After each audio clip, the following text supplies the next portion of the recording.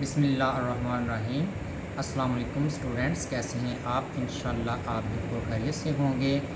First lecture आपने जो किया था कल start 9th chapter 9th class का चैप्टर नंबर 1 इनके 1.1 डिस्कस की थी। आज हम इंशाल्लाह 1.2 को कंप्लीट करेंगे और इसके अंदर हम सीखेंगे टाइप्स ऑफ मैट्रिक्स को और इसके अलावा कुछ और क्वेश्चंस करेंगे। तो 1.2 को हम कंप्लीट करने की कोशिश करते हैं। तो आए हम 1.2 को स्टार्ट करते हैं जी। तो क्वेश्चन नंबर 1 हमारे पास है, from the following matrix identify unit matrix, row matrix, column matrix and not matrix. तो ये हमारे पास उसने टाइप्स दी गई हैं और कहता है कि हमारे पास जो चंद मैट्रिक्स दिए गए हैं, जो कॉलम दिए गए हैं, आ कॉलम है B C D E and F, इसमें से हमने बताना है कि ये किस किस के रिलेटेड हैं। तो यहाँ पे हमारे पास फर्स्ट जो बात करता है वो यूनिट मैट्रिक्स की बात करता है। तो यूनिट मैट्रिक्स कौन से होते हैं? ऐसे मैट्रिक्स जिनके डायगोनल के अंदर यानी कि जो वतर के अरकान होते हैं वो 1 1 होते हैं, यानी कि 1 1 1 1 के अलावा और कुछ नहीं होगा। इसको हम उर्दू के अंदर ज़रबी ज़ाती कालब भी कहते हैं। ज़रबी ज़ाती कालब ऐसा कालब होता है जो जिसके साथ भी इसको मल्टीपल किया जाता है उसके ऊपर इसका कोई इफ़ेक्ट नहीं होता। फॉर एग्ज़ाम्पल हम यूनिट मैट्रिक्स को ए मैट्रिक्स के साथ मल्टीपल अगर करेंगे तो इसका ए मैट्रिक्स ही सॉल्यूशन निकलेगा। नेक्स्ट उसने कहा था कि रो मैट्रिक्स कौन से होते हैं? तो रो मैट्रिक्स हमारे पास इधर जो बी मैट्रिक्स है वो हमारे पास रो मैट्रिक्स है। रो मैट्रिक्स ऐसा कालब होता है जिसके अंदर सिर्फ एक ही कतार होती है। ये देखें, इसके अंदर एक ही कतार है, सो ये हमारे पास क्या कहलाएगा? रो मैट्रिक्स, यानी कि कतारी कालब। नेक्स्ट कॉलम मैट्रिक्स है। तो कॉलम मैट्रिक्स कॉलम कालब कौन सा होता है? ऐसा कालब होता है जिसके अंदर सिर्फ एक ही कालम होता है। इस लिहाज से क्वेश्चन नंबर 1 के अंदर हमारे पास सी मैट्रिक्स और जो एफ मैट्रिक्स हमारे पास दिया गया है, ये दोनों के दोनों हमारे पास कौन से हैं? कॉलम मैट्रिक्स है, क्योंकि इनके अंदर एक ही कॉलम मौजूद है। नेक्स्ट इसका जो लास्ट हमारे पास है नल मैट्रिक्स है। नल मैट्रिक्स से मुराद क्या होती है? ऐसा कालब होता है जिसकी हर एंट्री 0 होती है, 0 0 0। तो इस तरह से हमारे पास इसके अंदर जो ई मैट्रिक्स है वो भी हमारे पास कौन सा है? 0 ही है। तो लिहाजा ये भी हमारे पास कौन सा है? नल मैट्रिक्स है। इसी तरह से क्वेश्चन नंबर 2 के अंदर जो उसने बताया ये आप लोग खुद इसको करेंगे। तो from the following matrix identify, A के अंदर कहता है कि स्क्वायर मैट्रिक्स है। स्क्वायर मैट्रिक्स कौन से होते हैं? इनके इसको हम मुरब्बी कालब बोलते हैं उर्दू के अंदर। तो ऐसे कालब जिनके अंदर की रोस और कॉलम जो हों वो इक्वल हों उसको हम स्क्वायर मैट्रिक्स कहते हैं। जैसा कि हमारे पास इसके अंदर पार्ट 3 है, इसकी 2/2 है, 4 है, ये भी 2/2 है। इस तरह से क्वेश्चन नंबर जो 8 है वो भी क्या है? 3/3। तो ये तीनों जो पार्ट होंगे ये कौन से होंगे? Square matrix. और रेक्टेंगुलर मैट्रिक्स कौन से होते हैं? रेक्टेंगुलर मैट्रिक्स ऐसे मैट्रिक्स होते हैं जिनके अंदर कतारों और कालमों की तादाद बराबर नहीं होती। इसको हम मुस्ततीली कालब कहते हैं उर्दू के अंदर। जैसा कि पार्ट नंबर 1 है, इसके अंदर देखें 1 2 रोज़ हैं, जबकि 1 2 3 इसके अंदर कॉलम्स हैं। तो लिहाजा ये हमारे पास 2/3 है। इसकी रोज़ और जो इसके कॉलम्स हैं ये इक्वल नहीं, सो ये हमारे पास क्या है? रेक्टेंगुलर मैट्रिक्स है। इस तरह से हमारे पास सेकंड पार्ट भी रेक्टेंगुलर मैट्रिक्स है। हमारे पास 5th part, 6th part, 7th और 9th पार्ट, ये हमारे पास कौन से होंगे? Rectangular matrixes. उसके बाद रो मैट्रिक्स को हम पिछले क्वेश्चन के अंदर डिस्कस कर चुके हैं। तो रो मैट्रिक्स जिनके कतारी कालब कौन से होते हैं? ऐसे कालब जिनके पास सिर्फ एक ही कतार हो। तो इस क्वेश्चन के अंदर जो हमारे पास पार्ट नंबर 6 है वो रो मैट्रिक्स है। इसी तरह से डी को भी हम डिस्कस कर चुके हैं, कॉलम मैट्रिक्स को भी। ये हमारे पास सेकंड पार्ट है और हमारे पास इस तरह से 7th पार्ट है। इनके ये दोनों जो आपके पास कालम दिए गए हैं ये एक एक ही कॉलम रखते हैं। आइडेंटिटी मैट्रिक्स कौन सा होता है? आइडेंटिटी मैट्रिक्स ऐसा मैट्रिक्स होता है जिसके अंदर जो इसके डायगोनल होते हैं, डायगोनल के अंदर इनके जो वतर के अरकान होते हैं वो 1 1 होता है। वो क्या होता है? 1 1 और बाकी इसके क्या होते हैं 0। तो सो हमारे पास ये आइडेंटिटी मैट्रिक्स है। नल मैट्रिक्स, इसकी भी हम पीछे डेफिनेशन फॉलो कर चुके हैं। नल मैट्रिक्स कौन से होते हैं? जिसका हर एलिमेंट 0 के इक्वल हो। तो सो हमारे पास जो 9th पार्ट दिया गया है ये कौन सा है? नल मैट्रिक्स है। ऐसे ही आप लोग क्वेश्चन नंबर 3 को भी फॉलो करेंगे, ठीक है। सेम क्वेश्चन नंबर 1 एंड 2 है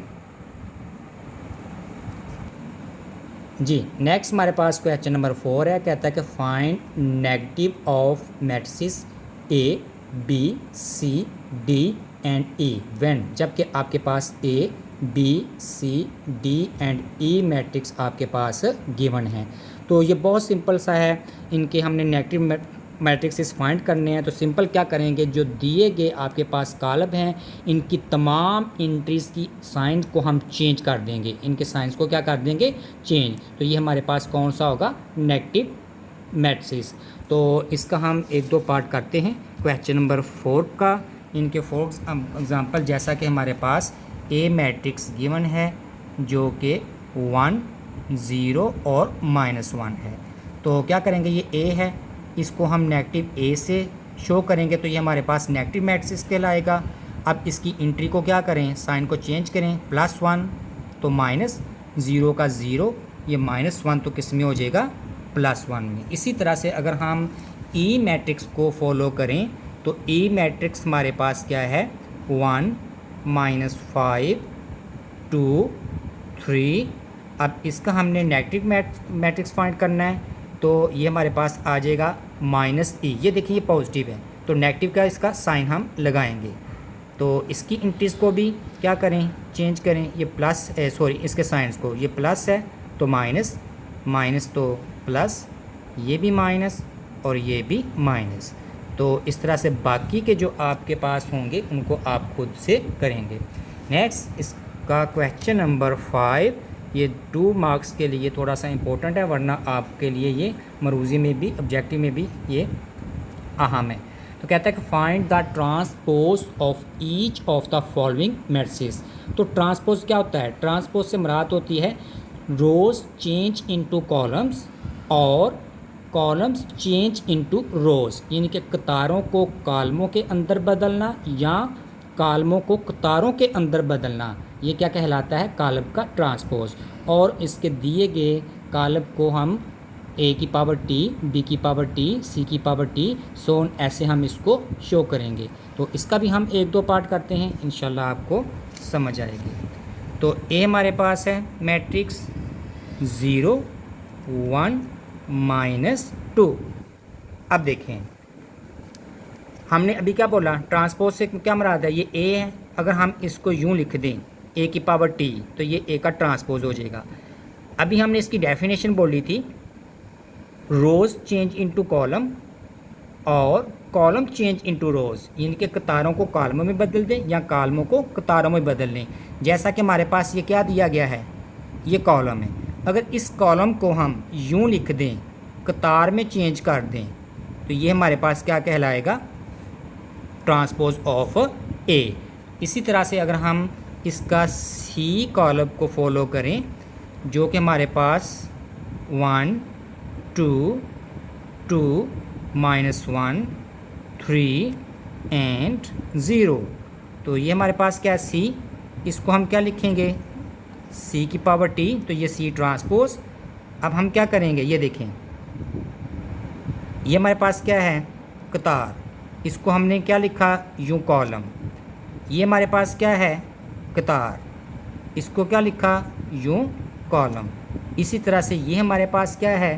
कतार। इसको क्या लिखा? यूँ कॉलम। तो ये हमारे पास आ जाएगा सी ट्रांसपोज। जी सॉरी, यहाँ पे ये माइनस का साइन था तो ये माइनस आएगा। जी क्वेश्चन नंबर हमारे पास 6 है, मोस्ट इम्पोर्टेंट है।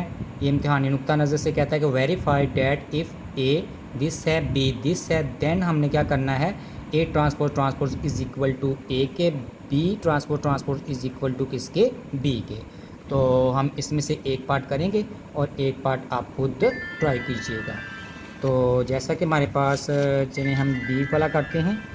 बी हमारे पास क्या दिया गया है? क्वेश्चन नंबर 6 बी मैट्रिक्स हमारे पास है 1 1 2 एंड 0। तो हमने इसका वेरीफाई क्या करेंगे, B transpose transpose is equal to किसके, बी के। तो हम क्या करते हैं, इसकी लेफ़्ट हैंड साइड के अंदर हमारे पास क्या है, हम ये बी है तो बी का क्या लें, ट्रांसपोज। बी का जब हम ट्रांसपोज लेंगे, ये देखें ये इसकी क्या है, कतार, इसको हम यूँ कॉलम लिखा, ये हमारे पास इसकी क्या है, कतार, हमने इसको यूँ कॉलम लिखा।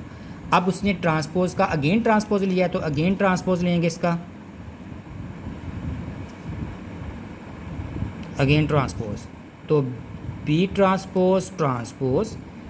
अब इसी ट्रांसपोज का हमने ट्रांसपोज लेना है, सो फिर क्या करेंगे, रो इसको कॉलम में चेंज किया, ये रो इसको भी हमने किस में चेंज किया, कॉलम में।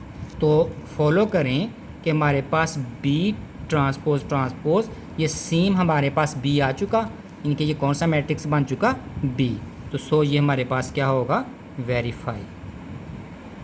ओके, ये हमारे पास 1.2 एक्सरसाइज कंप्लीट हुई।